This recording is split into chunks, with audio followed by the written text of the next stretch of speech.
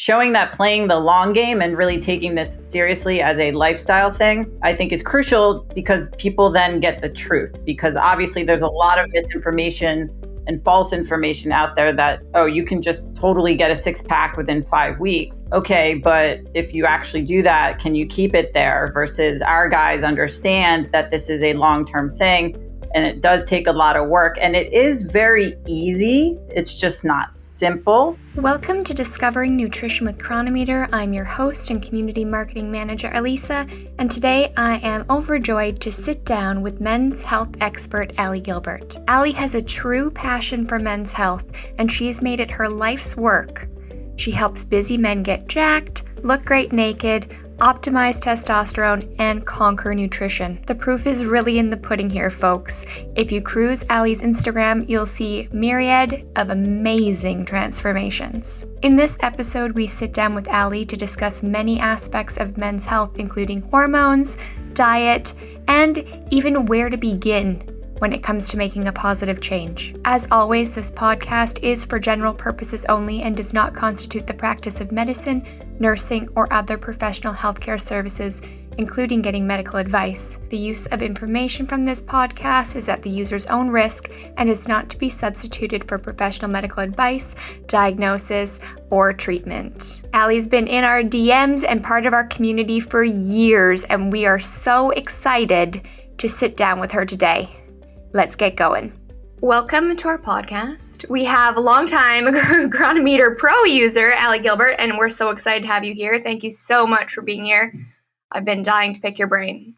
I know it's been, I think, 7 years, but it feels like forever, and which is a great thing when you're staying with one device or app or something that you know works well and you don't have to deviate. I can't even imagine the changes you've seen in the app since you started. We have rebranded, we have refined. There's been a lot of changes, and it's really cool to talk to someone that has used what we affectionately call robot face, which is one of the previous designs that in hindsight kind of looks like a robot face. So thanks for being here for so long and putting so many of your clients on our platform and really spreading the word, because I was saying before we started recording that we've almost hit 10 million users, and I attribute that largely to word of mouth marketing and to coaches like you. So thank you so much.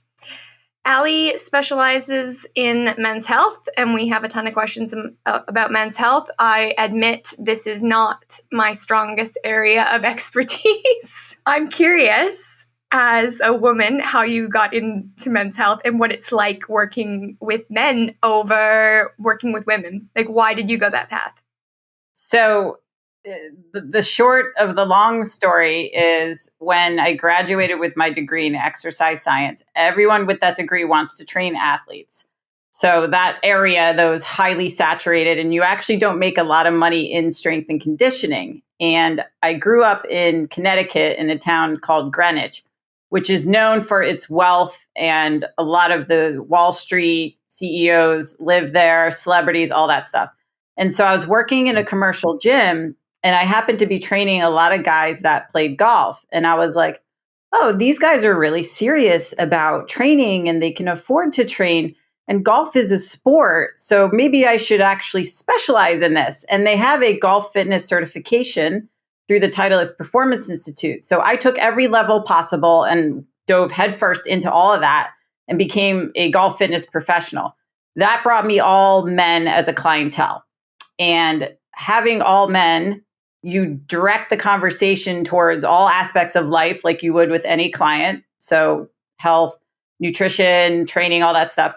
But they would kind of segue from I want to hit the ball farther to like, how do I get abs? How do I fill up my shirt? Like, oh, guys are actually body dysmorphic too. Like, who knew? They really are. And we would talk about this stuff and it would lead to energy and sleep and hormones. And I was like, no one talks about this stuff with guys. And they felt comfortable sharing a lot of these things with me. I think because I'm a female, I provide that empathetic side, they just opened up. So I was like, this is a niche that no one's really capitalized on, especially as a female. And this was back in 2008, 2009. And so fast forward to 2024 now, I have an online coaching team with 3 coaches, and we focus primarily on guys who feel like something is off, but they don't really know what, and they can't really figure it out because they've tried all different diets, all different workout programs. They may or may not have gotten blood work done, and they need someone to put all the pieces together so that they can come back to feeling like their best self and feel optimal versus being treated like normal and being grouped with the rest of America. So, or anywhere. We have clients all over. The photos that you're posting of before and afters of some of your clients are honestly jaw-dropping, and it's for people that are just listening to this. Obviously, I encourage you to go look at Ali's Instagram to see what I'm talking about. But there are men of all ages, which surprised me quite a bit, that have made massive transformations. When you're talking about like 6-pack abs and that kind of thing, I feel like a lot of people find that would be very hard to attain, and I'm sure it is.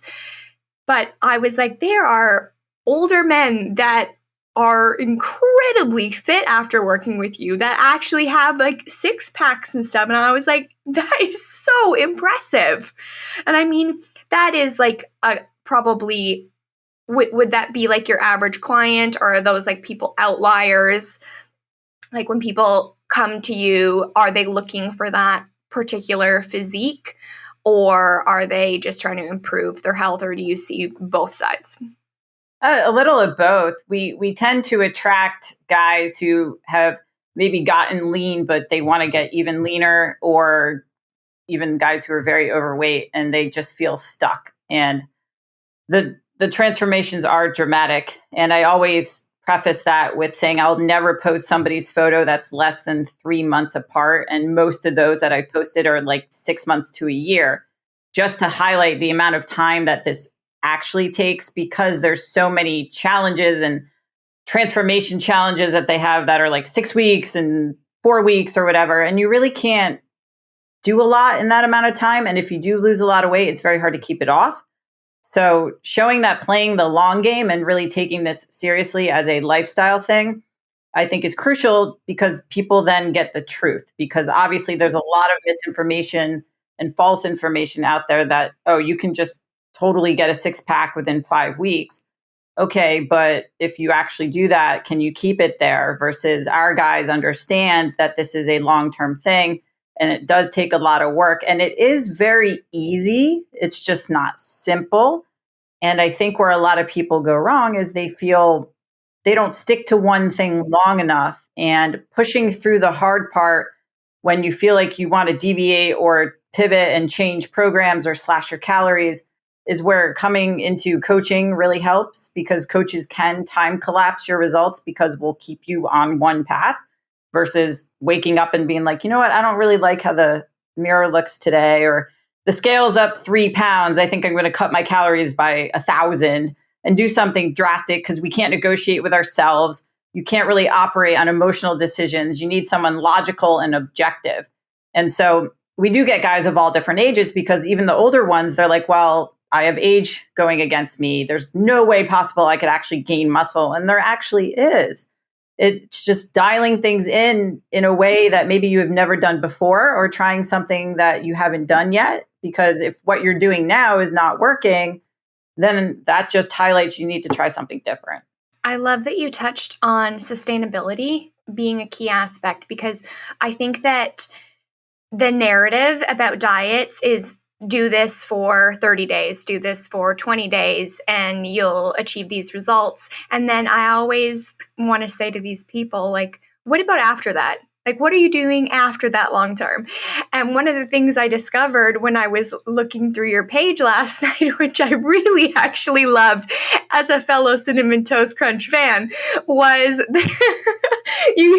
there was a lot of controversy over a post that you made about cereal, which you know what, I get the same flack. So I have to segue, because you gave me a door that I have to walk through about Cinnamon Toast Crunch, because working for a nutrition tracking app, sometimes I'll eat something and people are like, don't you work for a nutrition tracking app? And I'm like, yeah, I do.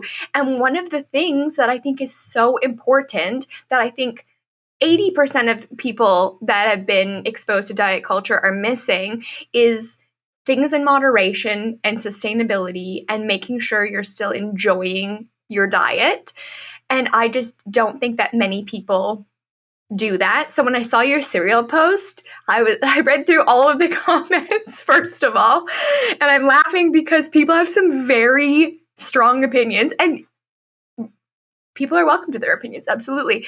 But I was just really happy that you were out there being real and honest, because for me, am I eating Cinnamon Toast Crunch every single day? Absolutely not. But when I have a hankering for it, because that is also a weakness of mine, I'm going to allow myself to eat it, and that like curtails any like potential binge or, you know, like going like too deep down to having 44 grams, because I weigh everything, 44 grams of Cinnamon Toast Crunch today might prevent me from, you know, eating like 1,200 calories of McFlurry or something tomorrow.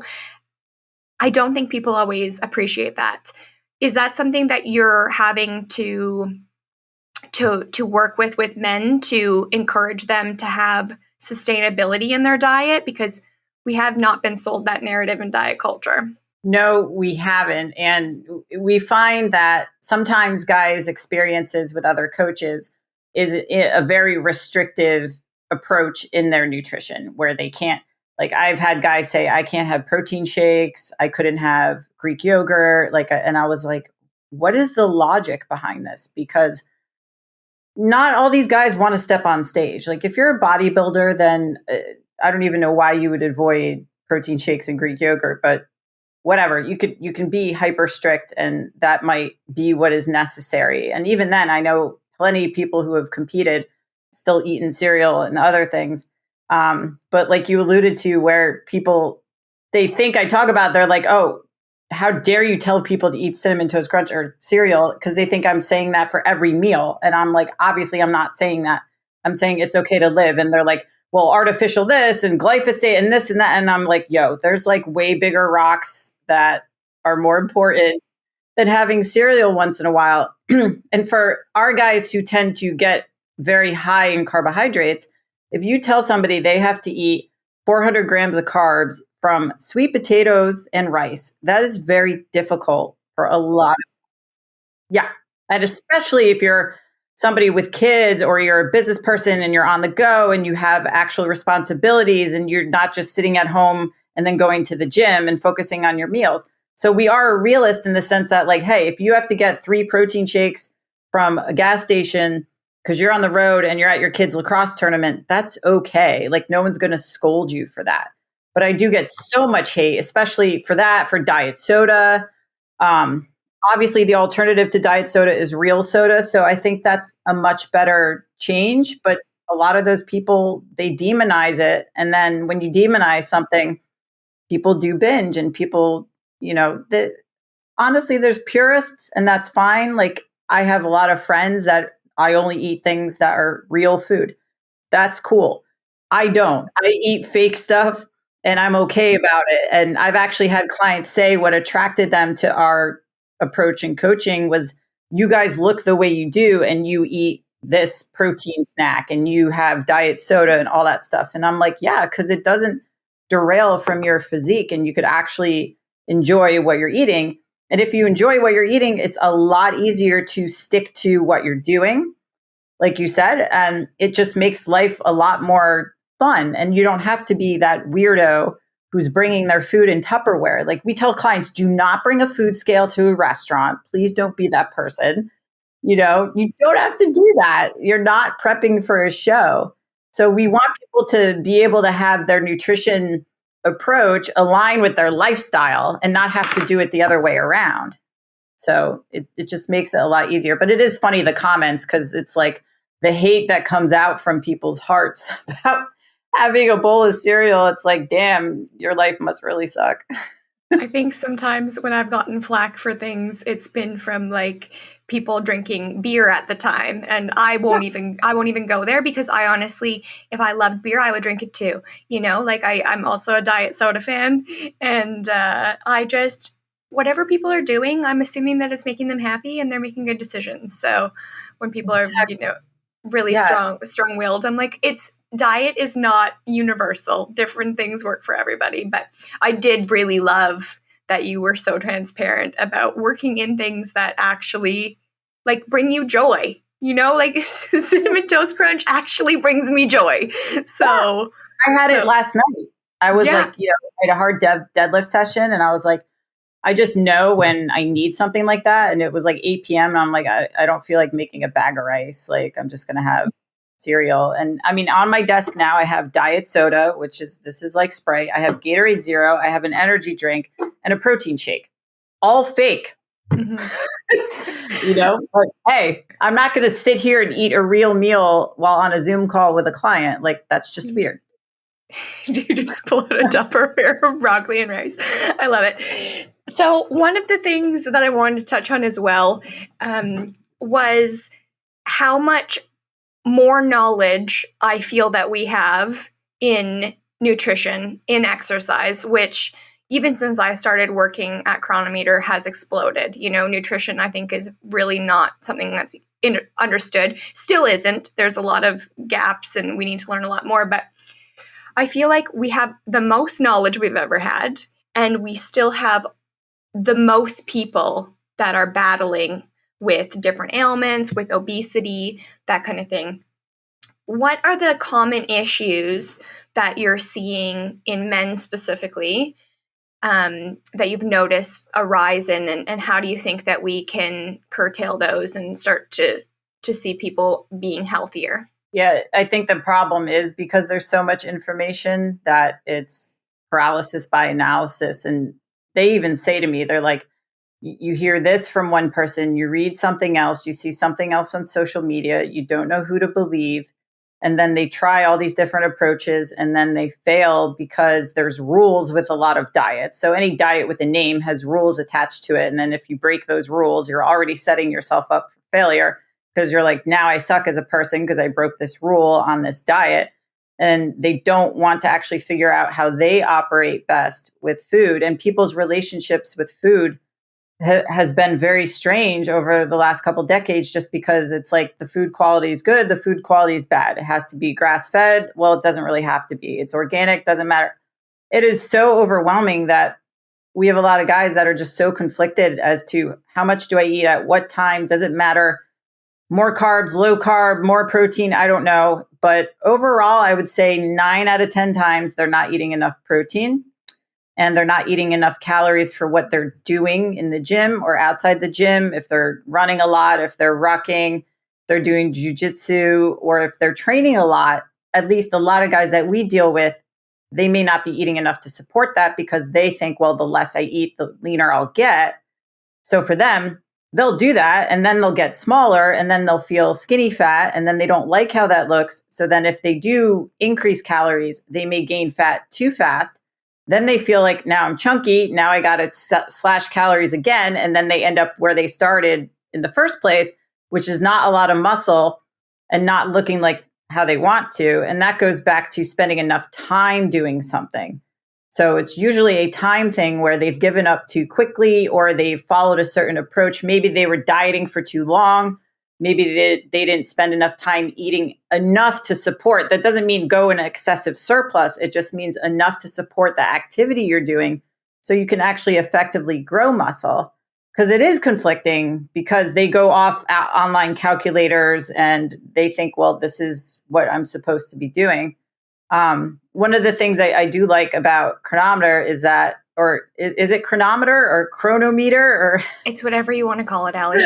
We all say different things. I say Cronometer, but it's a choose your own adventure. So the way that it syncs with tech is we have a few guys who are very into tech and what their wearables say.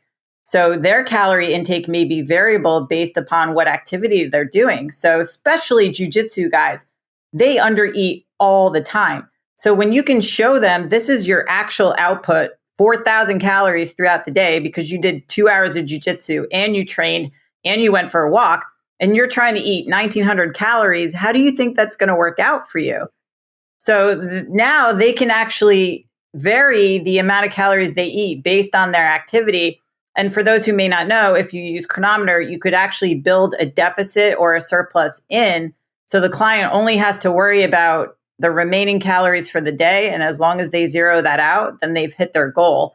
And it makes coaching way easier because you don't have to go in and change macros and all that stuff.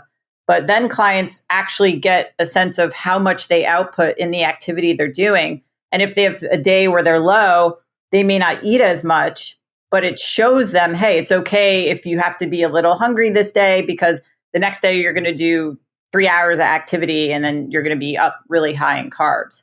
So it gives them a sense of like where they should be, because if they have no idea, they could have been undercutting themselves for years with just set macros based off a calculator, or they could have overshot it and think that they need more when they actually don't. And obviously this is all based on body composition as well. So you can really get very granular in the coaching process from it. But I think overall, the biggest mistake is people definitely don't eat enough protein because they don't really understand how much, because they've heard so many conflicting things. So with that being said, Ali Gilbert, how much do you recommend? How many grams of protein per pound? Is that a formula that you would use? Yeah. So I know you guys use a metric system, which I love. And I love that we have that ability on the app. So 1 gram per pound or 2.2 per kilo is a great place to start.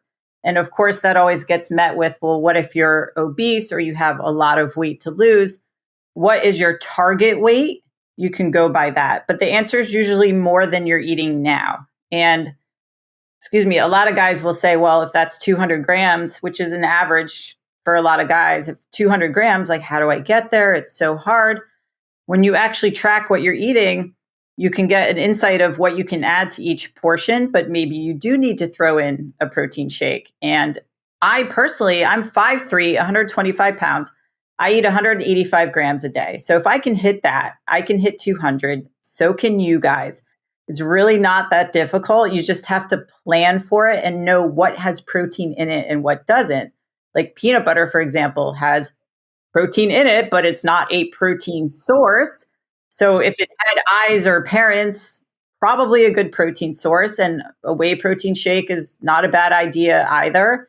And protein's really the one macronutrient you can overeat and not gain fat. It's very difficult for your body to store it as fat. So we have guys that are like overshooting their protein if they get hungry because they know that it's not likely to going to get stored as body fat. And I think also people don't realize if they actually get their protein numbers up, they don't snack as much, they don't have as many cravings, they feel way more satisfied and satiated. But I agree, yes, it is hard to eat 6 chicken breasts versus 6 donuts, which we could all probably crush in 5 minutes. Yeah, I definitely could. Is eating too much protein then, does it have any negative effects on like your liver or kidneys with processing?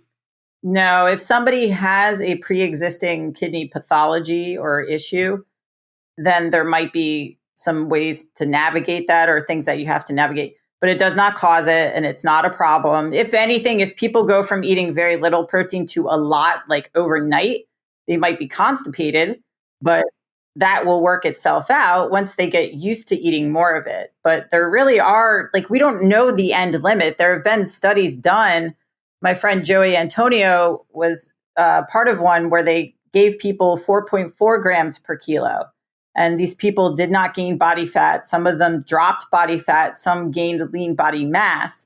And it just shows like someone my size could eat like 300-400 grams of protein if I really wanted to and not worry about gaining body fat. But then when could you fit in the CTC? Exactly. That would be hard.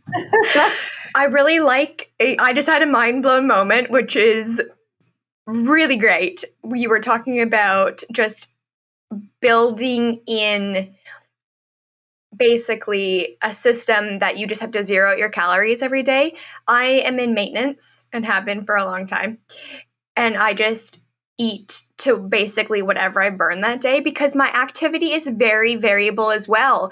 And I feel like a lot of people, when I'm helping our community, the energy settings are the hardest thing to understand. And I completely empathize because people have been having mixed information. I think one of the things that is really confusing for a lot of our users is a lot of people don't know how much of a deficit you actually have to be in to lose 2 pounds a week. And when you say 2 pounds a week, people are like, that is nothing, especially when there's headlines that are saying lose 10 pounds in 10 days. Like we are fighting an uphill battle with marketing for the last 20 years. But when I say like you need a 7,000 calorie deficit to lose 2 pounds a week, that's a lot. And that's spitting out these numbers for people that are recommending that they eat 800 calories a day. And then it's like 2 pounds is actually quite aggressive. And like, it doesn't sound that way. And I'm like, I totally get it, but these are things you can do. And when I'm talking about energy settings, and I just love what you said. So I would, after this, I'd love to even like sit down with you and understand exactly how you're moving your clients through, because I think it'd be so helpful for everybody. But I don't eat the same amount of calories every day. And when you say that to people, that variability, I think is pretty scary, because they just want to reach a goal, and there's so much information and misinformation, and they don't know how. So when I'm like, well, some days I'll eat like 600 calories more than the next day, but my exercise is so varied. And I think that that's something that scares people, and if I only ate 1,700 calories that day that I was out hiking for 9 hours, I would perish. Like I would be that's using a little bit of hyperbole, but I would have no energy. So how are you explaining that to people in a way that our users could also benefit, to understand that they should be eating more on days they exercise if they didn't have like a wearable? Because obviously having an integration makes it very easy. But if someone doesn't have that, because a lot of our users do not have access to wearables, how would you coach somebody to do that? So basically, if you're not using a wearable, and then say you set your calories to like the same every day on the app, and then one day you're like, I'm going to go on a 4-hour hike, you're probably going to be a little bit hungrier. So I would coach people up, and this is more based on body composition. So I would say for men, like if they're below 15% body fat, I would say increase your carbs. You can increase your protein. If they're above that, they probably want to just err on the side of increasing protein and maybe a little bit of carbs, because they're going to need that for recovery. And the reason why it's not as many carbs is not that low carb is the best way to lose fat, but the leaner you are, the more you tolerate carbohydrates and use them for energy, just because the environment you've created in your body is not as inflammatory, because body fat is a highly inflammatory tissue. So I would say let's go up 200 to 400 calories on a day that you expend a lot more, and just see how you feel. Because we all know that people who overdo it can hold water because of stress, and then the scale will go up the next day. Or if they're scared and they eat more, they actually may drop weight the next day. And not that the scale matters so much one day to the next. It's more the trend throughout the number of weeks. But it also puts them in tune with hunger signals with their body as far as what their output is. And there really is no way to accurately give everybody like, this is exactly what you should be eating, but try a little bit more. And then if you're doing that type of activity more days than one, try it just on those days and see what the trend is over the course of weeks, because you could graph your weight and everything. Because if your goal is fat loss, you don't necessarily want to eat as many as you burned, but maybe you come in just under that, so you still remain in a perceived deficit. And then things start trending the right way. Because then if you're doing 3 hours of extra activity 3 days a week, so that's 9 hours of like, all this added calorie expenditure over the course of many weeks, if you do the math on that, you're actually shortchanging yourself, and you can sacrifice some muscle tissue and really burn yourself out a little bit quicker from a stress standpoint. So that's what I would say. Or let's look at getting a wearable. Over the years with Chrono, I've used Garmin, Aura, Polar, and then clients have everything all over. So, but I like Garmin, even though the app update made it go crazy recently, but that's gotten fixed. I'm on an Apple Watch, and I'm really wanting to switch to Garmin, but I'm just scared. So I've had Aura 2 and I loved it, but the granular data that Garmin provides is very me, because I'm obviously a huge data nerd working at Cronometer. Yeah, it is very useful. I'll use now Aura. I just use for sleep, and then Garmin I'll use for my steps and the output through activity. Because my coach has me on a variable way. He actually introduced me to Cronometer. Luke Lehman. He's out of Australia. He owns Muscle Nerds. So He everybody does. I'm like, I know this name. You do. I do. He introduced me to it. And so he's had me on this approach for almost, it'll be 2 years in January. And so I did it for 6 months. And then I was like, oh my gosh, this is so much better because you can gamify it. And then putting clients on that approach it's just easier from a coaching standpoint. Now, I will say, before everybody goes and runs and tries to do this, obviously there's a technical way to set it up in Chrono. And I'm not going to go over that now, but you wouldn't want to do it with somebody who's new. If they're new to tracking and then you give them a variable, they're going to be like, oh my God, like overwhelmed. Just get people tracking consistently first for a long time before you think about changing anything. That's what I've done too. And it's really hard for me sometimes to like take a step back and remember what it was like to be a new user. And when I'm trying to help people, because in my role here, I'm always on like Reddit and that kind of thing. And I love our community so much. I love the people that use Cronometer so much. And I want to help them and they're struggling. And I'm like, it's such an iterative process. I didn't arrive here with this knowledge. Maintaining my body weight has taken me 20 years. So that's scary because people want an answer, they want a definitive one, and they want it now. And that hasn't been my use case at all with nutrition tracking. It's been messy and sloppy, and it's taken a long time to learn. But I'm on a similar kind of idea to you, which has left me feeling vital. Like that's the only word I can use to describe it, is when you're eating to how many calories you're burning. Oh, the energy is off the charts. Like sometimes I'm like, I wish I had 2 bodies because I just need to pour this energy into somewhere else. It's mind blowing. I remember back in March, I went snowboarding in California and I threw my Garmin on and I was eating like 3,000 plus every single day just because the amount of output was insane. And I literally had some calories left according to Chrono. And when I got home, I had dropped weight and I was like, this is crazy that I was eating like, I usually hover around like 16 to 1800, depending on where I am. I'm on the lower side of an under eater, but for me to eat 3,000 is like quite the feat. And I was double. Just like, the way I did this and I showed it on social, I was eating bowls of cereal in the morning with a protein shake in it, with Oreos in it, just to get the calories in. Because I'm not somebody who could like eat a lot on the mountain because it's so cold and it's just not my jam. But I was just like, I'm just going to eat. It was 3 bowls of cereal in the morning with like 4 Oreos and a protein shake. I did the West Coast hiking trail, which was 82 kilometers. And I tried to forecast ahead of time how many calories I'd be burning. And I was like, okay, well, because you're packing your food, you're overnight camping. So you're packing your food. So you have to make an educated decision. And I was like, well, I'll probably be burning like 2,500 calories a day, like that, plus my BMR plus activity.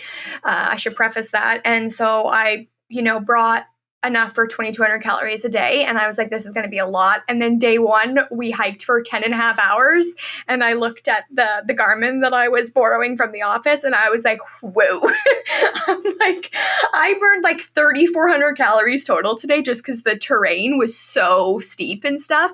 And I'm like, I need more food, but I don't have access to more food. So I finished that trip and I was like down, mostly water weight probably, but I was down a couple pounds and I was like, whoa, it's crazy when you're moving actually how much you're burning. Yeah. So, I mean, on the opposite side, now I have a question that's going to kind of go back on what I just said about things being variable, but what is your nutrition approach with clients? Like, if you could give people an overview, because obviously you're a professional, we're going to have a lot of men and women listening to this. Do you recommend getting a certain amount of grams of protein at every meal? Like, when you're working with people in the beginning, like what is basically like the starting point for anyone who wants to begin? So we have them track for a week, just normal, however they eat. And I'd say ignore the default numbers in there. We just want to see where you come up naturally, where we have to make changes. Usually that is increasing protein. So we'll give them targets. We don't do meal plans just because the education around that is next to nothing. So we will give them targets in Cronometer to hit, and we start with that. And this is everybody. Nobody goes on a variable approach right away. And so then they start to learn, okay, so this is more protein than I was eating. How do I divide that up? So I've made food guides for people to choose where it shows like for protein, okay, this is protein with fat, protein with zero fat, protein with a lot of fat. So that would be like a ribeye has a lot of fat, skirt steak has less, filet mignon, probably the least amount. What has zero protein? Shrimp, certain white fishes, stuff like that. So they know, okay, that's how I play Tetris with my day. And then dividing it up by at least 4 meals during the day. It doesn't have to be 6. It doesn't have to be every 3 hours. And helping them pinpoint like what are their higher calorie options. So for people like me, I eat light during the day. I eat my biggest meal at night. Some people are very similar. Some guys like to start off with a very big breakfast and then they taper through the day and then they have a bigger meal at night. Some people have a sweet tooth, so you can utilize Ninja Creamy for a big protein dose at night. So we do help them navigate as to what the choices should be. More often than not, they're always over fat. Like people's fat intake is astronomical compared to their carb and protein. So usually that's the struggle initially, is getting their fat low enough because they don't realize how much fat they're eating when it comes from exogenous sources like adding avocado and cheese on top of something with sour cream, or adding, 4 eggs instead of maybe 2 eggs. So all of that adds up. So we help them with that. And we do like people to be on the very high protein side. All of our clients are eating very high protein. And then the amount of carbs and fats will be dependent upon what their goal is, what their current body composition is, and where the timeline is. So like I mentioned before, our approach, we call it GPP for TRT, which is prepping somebody for testosterone replacement. And this is honestly, it doesn't matter if they're going on testosterone or not, but it's more getting a guy in a healthy, resilient position so that he experiences the most out of life. So if he is trending towards 20% body fat, we're going to start with a lower carb approach until he gets leaner, and then we'll add carbs. If he's on the leaner side, usually they have to eat more than they have been. So it's increasing carbs and protein and usually lowering fat a little bit. Because a lot of guys get on that low carb kick.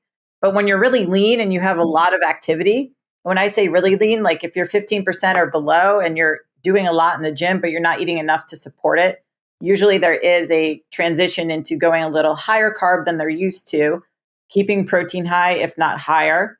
And then as they get leaner or whatever their goal is, if they want to grow muscle, we only put them in a slight surplus. It's not like here's a 700 calorie surplus. It's more, how about we start at maintenance and get you actually at maintenance or whatever predicted is. And then maybe we go like 5% above that. We don't start anything excessive. Can we talk about testosterone a little bit? And I know nothing. So this is great because that means I'm going to get to learn something.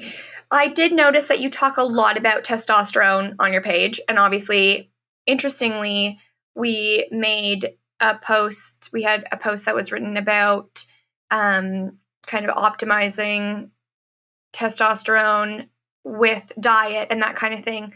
And men were very interested in it. And so that tells me that this is absolutely a question I should be asking. But how do people even, like, obviously they would do blood work to find out their testosterone levels. And then are you making decisions based on the results that are yielded, or are people coming to you with symptoms that make you think that they might, that you encourage blood work? Like, I know, like I said, absolutely nothing about this. So if someone is feeling a certain kind of way, then you think that they might be low. Can you walk me through what TRT even is, why people might need it, how they might find out that they need it? Yeah. So TRT is testosterone replacement therapy. And the way that you would go about that is most guys come to us because they feel something is off. Like they either have low energy, they don't feel like they used to, they're not getting what they think they should out of their training. They maybe don't look the way they feel they should based on how they're eating, what they're doing in the gym, how they're living. So many variables go into it. It's lifestyle, it's sleep, it's energy, nutrition, training, but it's also hormones.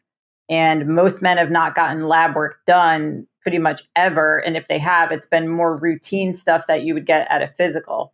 So getting their hormones checked is important just to know where you stand. So where are your testosterone levels and why does that matter? Because it is the men's primary hormone. It's what gives them that drive, whether it's sex drive, professional drive, or just like motivation for life. And it also is something that is necessary to keep them away from all cause mortality. So, getting away from cancers or heart attacks or strokes, which it often is associated with as causing, but it does not cause that. And a lot of those myths and misconceptions have been refuted that testosterone does not cause prostate cancer, testosterone does not cause heart attacks.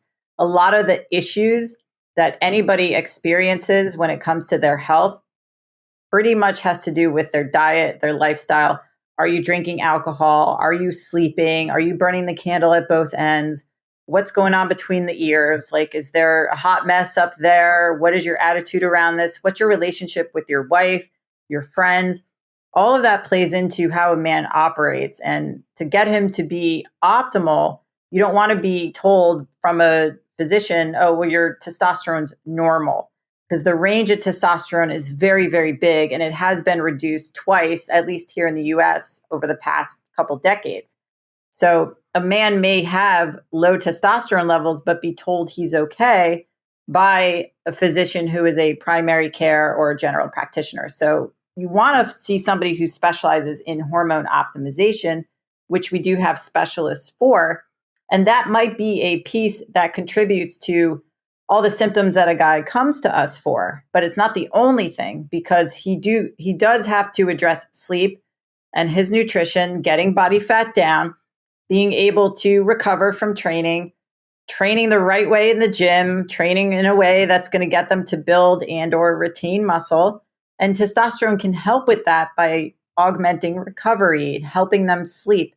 And one of the biggest things guys come to us with is they're like, I just have brain fog that I can't think clearly and it's very hard to cognate, and testosterone can help with that. So what I try to do is help facilitate the conversation around that because it's been so highly stigmatized and demonized so that guys understand that these are the real risks and benefits to it. But hey, it's okay if you're suffering from things like this because people talk about menopause all the time. It's very socially accepted, but as soon as guys talk about testosterone, it's like, oh man, like you're cheating and you don't need that, or yeah, you're going on steroids. So we want guys to feel like they can talk to us about that stuff. And if they're struggling with sex drive too, that's something guys don't really speak about with their friends. They're not Would hanging never. out about it. Yeah, you never hear that. So we want to provide a place for them to understand that. But part of that also comes along with getting the right practitioner and somebody who's going to put them on a proper protocol so that they can understand how to manage them. And our role in that is handling the nutrition side, the training, the mindset, the personal development, the sleep, all that stuff. But we do facilitate the relationship with a proper telehealth clinic or a physician so that we know they're getting the proper care. Everyone's on the same page. And we can make decisions based off blood work for their training and nutrition. And that comes when they get their labs done. Hey, we have some inflammation markers we have to handle, or this is something that could be a complete diet fix. This can be a training fix. So there are things in labs that you may not get outside of someone who knows how to interpret that to integrate it into their program. Fascinating. It's cool. It is. It really is. I know a ton of men in my life. I only have brothers, and I think that like these are the kinds of conversations that I hope that I get to have with them when we're all getting to the point that I would be discussing this. Like I'm just because I'm not living it doesn't mean I'm not interested in it. And I know that a lot of like half our users are men. Half of our users are men that really love data, like you were saying. Like probably obviously that's why Cronometer works for so many of your clients, because that is like one of our markets. So that's awesome, and I encourage anyone that's listening to go get their level. Is there like an age that people should be getting their testosterone levels checked, do you think, or is that something that regardless you should be doing? I think regardless, so that number one, we see this in guys in their 20s. So if you're in your 20s, get your labs done, because it does not mean something's wrong. It doesn't mean something bad is going to happen. Just so we know where you stand. Because I will say too, men tend to associate their testosterone levels with their sex drive. So if they can wake up with an erection and they have no problems there, they're like, well, I'm fine. And that may not be the case. There may be other symptoms that they just don't realize that I mentioned that align with low T. So getting baseline labs in your 20s is important, because then, if you get labs done every year, it's a great thing that you have the comparison to every year. If you change your diet or you change your training or something, and a life event happens or you have a baby, all those things are going to change, because blood work is a snapshot in time. So it doesn't mean that changing day to day doesn't happen. It does, but you want to look at the trends, and you can definitely affect the bad, scary things with the proper approach to training and nutrition. And then you can compare over time and see, are you trending in the right direction? Do you need more advanced testing, or is everything going okay? And it kind of holds them accountable, because I feel many men do well if they have something in front of them that's saying like, oh, you need to take care of this. It's not just a feeling that you have or subconscious, like, yeah, I need to address this. Actually, no, you have a family history and you're seeing it right in front of you on your lab work. It's something that you need to take control of. I love that. I just love that. Thank you. When it comes to exercise, I just have a couple more questions for you, because we are running for time. But one of the questions that I had was, what kind of programs are you recommending for people that are getting started? Obviously, people that have worked with you for a long time are very dialed. But if someone was just wanting to start changing their life for the better, obviously we talked about diet, and what would the recommendations that you'd be making about fitness, like cardio, weight training mix? Both, yeah. I will say that if they're just getting started, most men will avoid cardio at all costs, for a number of reasons. Number one, obviously, it's annoying, it's hard, but also they think it's going to make them small and their muscles are going to melt off, and that's just not going to happen. So having a good platform of healthy cardiovascular fitness literally helps so many things. It's the quickest way to drop your blood pressure. It's the best way to drop your resting heart rate. A lot of the issues that people deal with health-wise can be combated through exercise, but cardio literally helps everything. And so not just those things I just mentioned, but it will allow people to recover better. It will help your sleep. Like if you start doing aerobic exercise, you'll actually sleep a lot better. When you sleep better, you grow muscle more effectively, and your hormones have a better profile. So there's a lot of benefits to that, but we do also want to lift weights.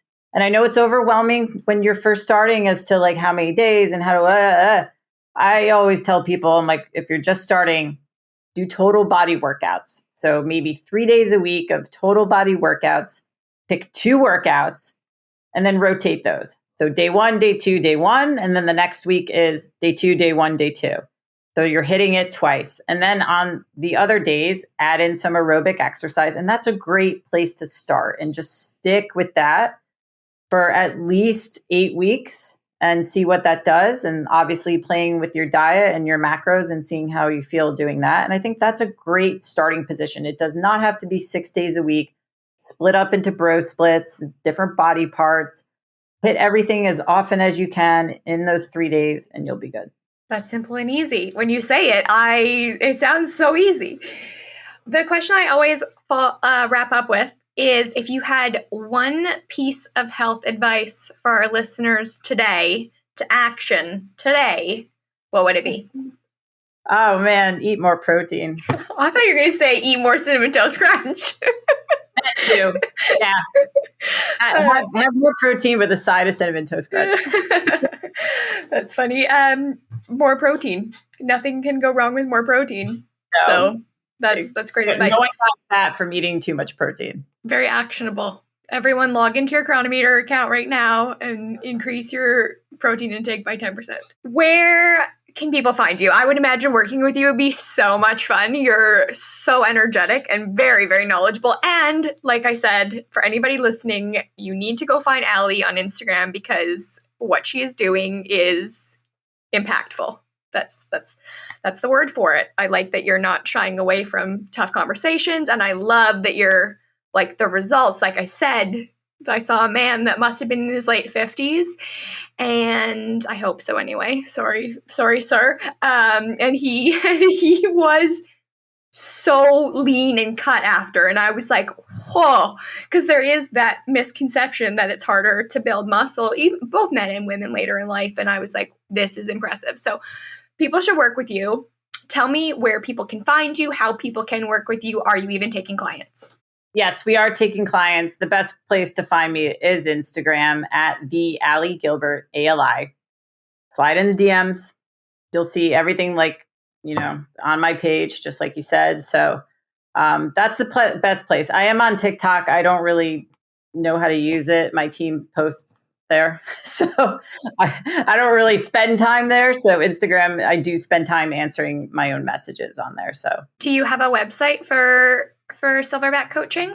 No, we're working on that. We took it down because we're working on a new one, but I do have a website for my men's health event in November called the Silverback Summit, and that's silverbacksummit.com. And the short explanation of what that is a culmination of all my trusted physicians, nutrition specialists, fitness, business, everything having to do with men's health in one room. And it's a lot of fun, and it's just great networking, and you meet a ton of different people, coaches, practitioners, regular dudes. I call it like a big party with men's health education at it. That sounds like fun. I hope there's balloons.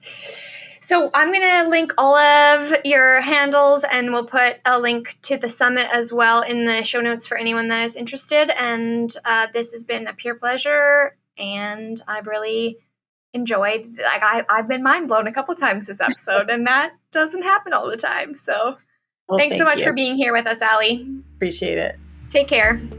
We really hope that you loved this episode of the podcast and that you learned a ton about men's health and you're feeling more motivated than ever to reach your own optimal health. If you like this episode, please make sure you subscribe for future episodes or share with anyone in your community that could get value from this. Can't wait to see you next time.